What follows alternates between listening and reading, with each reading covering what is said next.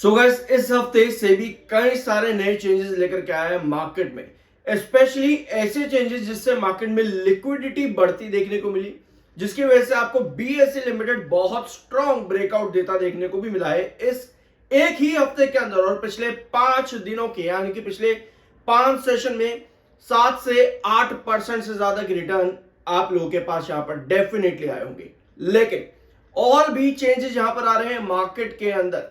Fraudulent activities या फिर fraudulent trades को रोकने के लिए, जैसे कि मैन्युपुलेटिव एप्लीकेशंस आपको आज के दिन काफी सारे देखने को मिलेंगी प्ले स्टोर या गूगल स्टोर पे या गूगल ऐप्स जितनी भी होती है। मैन्युपुलेटिव ऐप्स जो कि आपको अलग अलग तरीकों से मार्केट में एंट्री कराती हैं, वहां पर जो भी मैन्युपुलेशन देखने को मिलता है उन पर रिस्ट्रिक्शन अब सेबी लगाने वाली है। तो सभी चीजों को समझेंगे। वी आर NISM 7 सर्टिफाइड, तो सब्सक्राइब जरूर कर देना। शुरुआत करते हैं आपकी खबरों से। सबसे पहले तो पहली खबर आपकी आती है यही जिससे आपको मार्केट में अच्छा खासा रन देखने को मिला।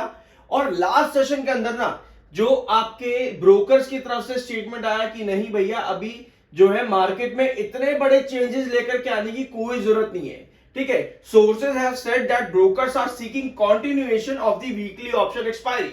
ये एक पॉजिटिव स्टेटमेंट था मार्केट में, जिसकी वजह से मार्केट आपका 80,500 और 80,800 से उठता हुआ कहां तक गया, आपका 82,300 के ऊपर। और आपको पता होगा 82,300 82,300 एक इंपॉर्टेंट रिस्ट्रिक्शन जोन है सेंसेक्स यानी कि मार्केट का। अब उस लेवल के ऊपर एक बार फिर से क्लोजिंग आई है, क्या हमें सस्टेनेबिलिटी देखने को मिल सकती है, समझते हैं यहां पे। अगली खबर पे आते हैं। SEBI sharpens technology tools to combat pump and dump market frauds. ये वही चीज है जो ब्रोकिंग एप्लीकेशंस आपको देखने को मिलती है, अनवेरिफाइड ब्रोकिंग एप्लीकेशंस, जो कि मार्केट में आपको अलग अलग तरीकों से एंटर कराती है, फेक प्रोडक्शंस यूज करती है और साथ में pump and dump schemes in applications के जरिए, ब्रोकिंग एप्लीकेशंस के जरिए देखने को मिलता है मार्केट में, जिसकी वजह से मार्केट में बड़े पंप एंड डंप किए जाते हैं। तो इन सब पर भी सेबी अब लगातार यहां पर जो भी है चीजें चलाएगी। इन पर यहां पर हमको एलिगेशंस के साथ ये एप्स हटती देखने को भी मिलेगी फॉर इन फ्यूचर। ठीक है, तो एक खबर आपकी और आ जाती है, commodities markets revival priority. SEBI whole time member ने यहां पर बताया है कि कमोडिटी मार्केट जो है उसको वापस से हमें रिवाइव करना पड़ेगा, जिसके लिए मार्केट में 2 इन्वेस्टर्स की एंट्री जरूरी है। पहला टियर 1, टियर 2 एंड टियर 3, जो कि एज अ मीडिएटर काम करते देखने को मिलेंगे कमोडिटी मार्केट को वापस से रिवाइव करने के लिए। तो ये भी एक पॉजिटिव खबर आती है मार्केट के अंदर।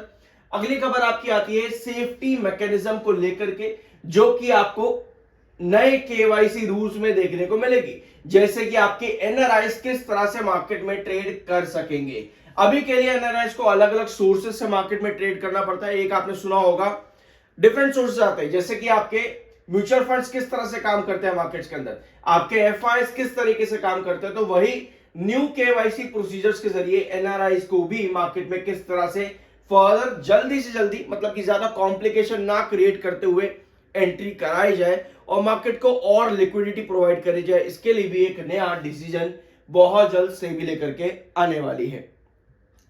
अगली खबर आती है आपकी नेगेटिव। ये नेगेटिव न्यूज है क्योंकि 1 नवंबर से एक बार फिर से डोनाल्ड ट्रंप भाई साहब आ चुके हैं, कह रहे हैं कि भैया 1 तारीख से यानी कि 1 नवंबर से लगा देंगे हम चाइना के ऊपर क्या नए टैरिफ लगा देंगे। भैया ये खबर अब आप लोग ना बोर भी हो चुके होंगे इस तरह की खबरों से कि भैया डोनाल्ड ट्रंप अगले दिन उठता है, सुबह सुबह कहता है कि भैया लो आपके ऊपर टैरिफ लगा दिया, लो भाई तुम्हारे ऊपर लगा दिया, नहीं टैरिफ मानोगे तो भैया तुम्हारे ऊपर बम गिर देंगे। ये खबरें मार्केट को बोर भी कर चुकी है कहीं ना कहीं। अब 1 तारीख की बात यहां पर हो रही है और बताया जा रहा है कि मार्केट में क्या मंडे यानी कि कल के दिन मार्केट में एक अच्छा बड़ा डंप देखने को मिल सकता है। तो हमें इन सब चीजों के लिए रेडी कैसे रहना है। जब भी आपको इस तरह की खबरें मार्केट में दिखे, पहले तो आप थोड़ा सा रुको, इंतजार करो, देखो कि भैया मार्केट किस तरह से रिएक्ट कर रहा है। 1 तारीख से ये आपको देखने को मिलेगा एग्जीक्यूशन डोनाल्ड ट्रंप भाई साहब का चाइना के ऊपर नए टैरिफ को लेकर के। तो आप देखो कि मार्केट किस तरह से इन खबरों पर फिर से रिएक्ट कर रहा है, क्योंकि बार बार यही चीज रिपीट तो होगी नहीं कि भैया मार्केट 82,300 पे जाता है, डोनाल्ड ट्रंप भाई साहब जागते हैं और कहते हैं कि भाई हम तो टैरिफ गिर देंगे तुम्हारे ऊपर, ठीक है, और अगले 5 सेशन के अंदर मार्केट फिर से आपका 80,500 पे गिर जाता है। तो ये चीजें बार बार तो होंगी नहीं। ऑल द पिछले 6 महीने से यही कहानी रिपीट हुई है, बल्कि अब तो 8 महीने हो चुके हैं if I am not wrong. अगर आप चैनल पर रेगुलर आप समझ रहोगे कि मैं क्या बात कर रहा हूं, लेकिन अगर आप पहली बार आए हो सब्सक्राइब जरूर करके जाना, because we are NISM 7 certified. तो ये कुछ चीजें जो कि मार्केट में एज एन इन्वेस्टर हमें पता होनी चाहिए कि मार्केट किस खबर पर कितनी रेंज पे कितनी बार क्या रिएक्शन दे चुका है।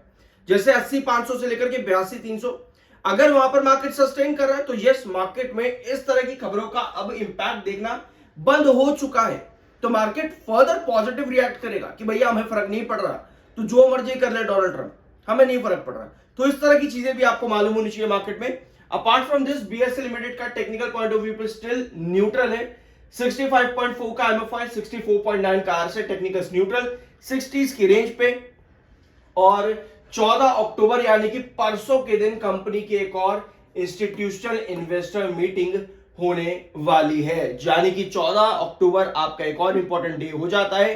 अक्टूबर की ये दूसरी इन्वेस्टर मीटिंग है। पहली इन्वेस्टर मीटिंग जब हुई थी तब आप अराउंड यहां पर थे, यहां थे जब आपकी पहली इन्वेस्टर मीटिंग हुई थी BSE लिमिटेड की। तो आपको जो ब्रेकआउट्स मिले हैं, पता ही आप लोगों को चार्ट पैटर्न पे कितनी स्टेबिलिटी, क्या क्या आपके बेसिस थे। 2100 का रिस्ट्रिक्शन ब्रेकआउट करने के बाद आप वापस आए हो 2340 के पुराने बेसिस पे, जो आपको अगस्त में देखने को मिलते थे। लास्ट वीडियो में मैंने आपके साथ मेरे मैसेजेस भी शेयर किए थे कि हमने किस तरह से BSE लिमिटेड में काम किया है, और पिछले 3 महीने से आप रेगुलर देख रहे हो। अब यहां पर हुआ क्या है और हमको क्या चाहिए, वापस से जूम आउट करते हैं इसको। ठीक है, आपको क्या नजर आ रहा है अभी BSE लिमिटेड में? आपको दिख रहा है कि हर रिस्ट्रिक्शन लेवल पर ब्रेकआउट करने के बाद, हर रिस्ट्रिक्शन को ब्रेकआउट करने से पहले आपका एक कंसोलिडेशन चला है। उस कंसोलिडेशन के बाद फिर आपको ब्रेकआउट मिला है। नेक्स्ट रिस्ट्रिक्शन को ब्रेकआउट करने से पहले आपका कंसोलिडेशन चला है, यानी कि हर रिस्ट्रिक्शन को पहले बेस बनाने के बाद में फिर आपको ब्रेकआउट मिला है। और अगर आप यहां देखोगे 2340 1 आवर टाइम फ्रेम पर, आपको स्टिल देखेगा कि इस रिस्ट्रिक्शन को भी लास्ट सेशन ब्रेक करने से पहले एक हैंगिंग बेस आपका बना। 3 सेशन लगातार कंसोलिडेशन चला। अब लास्ट सेशन के अंदर अगर आप 1 आवर टाइम फ्रेम पर यहां पर देख पा रहे हो, तो लास्ट सेशन के अंदर आपकी ये कुछ ट्रेजेक्टरी फॉर्म होती देखने को मिल रही है, यानी कि आप बीच में हो, ना आप 2340 के पास हो और ना ही 2470 के पास हो। अब 2470 कौन सा प्राइस आ गया भैया, ये कहां से उठा करके ले आए?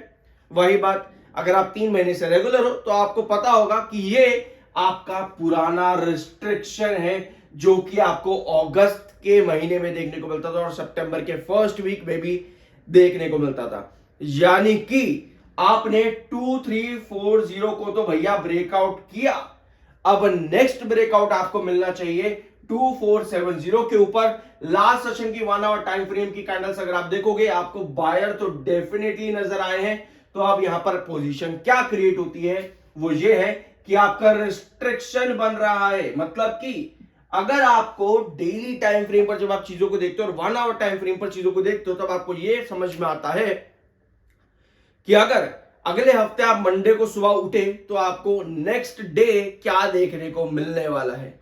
ठीक है, क्या देखने को मिलने वाला है वो आपको पता चलेगा कि पिछले वीक के अंदर क्या क्या हुआ। जैसे 1 आवर टाइम फ्रेम पर अगर हम यहां पर देख रहे हैं तो आपको पता लगता है कि 2410 ये आपका रिस्ट्रिक्शन फॉर्म हुआ है। आवरली टाइम फ्रेम पर मैं आपको बता रहा हूं, अगर आप ट्रेजेक्टरी की बात करोगे लॉन्ग टर्म ट्रेजेक्टरी में, तो आपको पता ही है कौन कौन से लेवल्स आपके थे।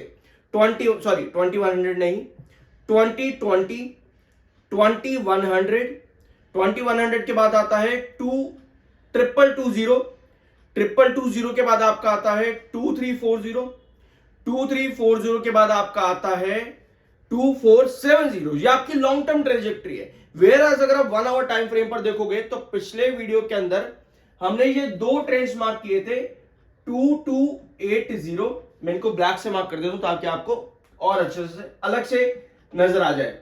2280 और 2220, ये 2 लेवल्स आपके लिए बहुत ज्यादा इंपॉर्टेंट होंगे। ये दोनों लेवल्स 2280 और 2220 और 2340, ठीक है। अगर आपको ब्रेकआउट इतना बड़ा मिला है ना, तो कई बार क्या होता है, आपको करेक्शन भी देखने को मिलती है। तो उस करेक्शन के अंदर आपके पास कहां कहां क्या क्या ट्रेजेक्टरी फॉर्म होनी चाहिए। अभी हमने देखा कि यहां पे, इधर देखो, अभी हमने 1 आवर टाइम फ्रेम पर देखा था ना, यहां पे कि आपका जो स्टेबिलिटी बननी चाहिए 2410 आपका रिस्ट्रिक्शन रहेगा 1 आवर टाइम फ्रेम पे, और 2380 ये आपके बेसिस बनने जरूरी है। मतलब कि यहां पर एक अच्छा कंसोलिडेशन मिलना जरूरी है ताकि आप फर्दर ब्रेकआउट दे पाओ, क्योंकि आपको सीधा ब्रेकआउट कभी नहीं मिलता। देखो आप 1 आवर टाइम फ्रेम पर एक बार भी आपको सीधा ब्रेकआउट नहीं मिला है कि सीधा ब्रेकआउट देता देता चला गया। आपको हर लेवल पर जो हमने यहां पर मार्क करके रखे उन सब पर स्टेबिलिटी नजर आई है, ठीक है। तो ये कुछ कंडीशन है आपकी बीएससी लिमिटेड की।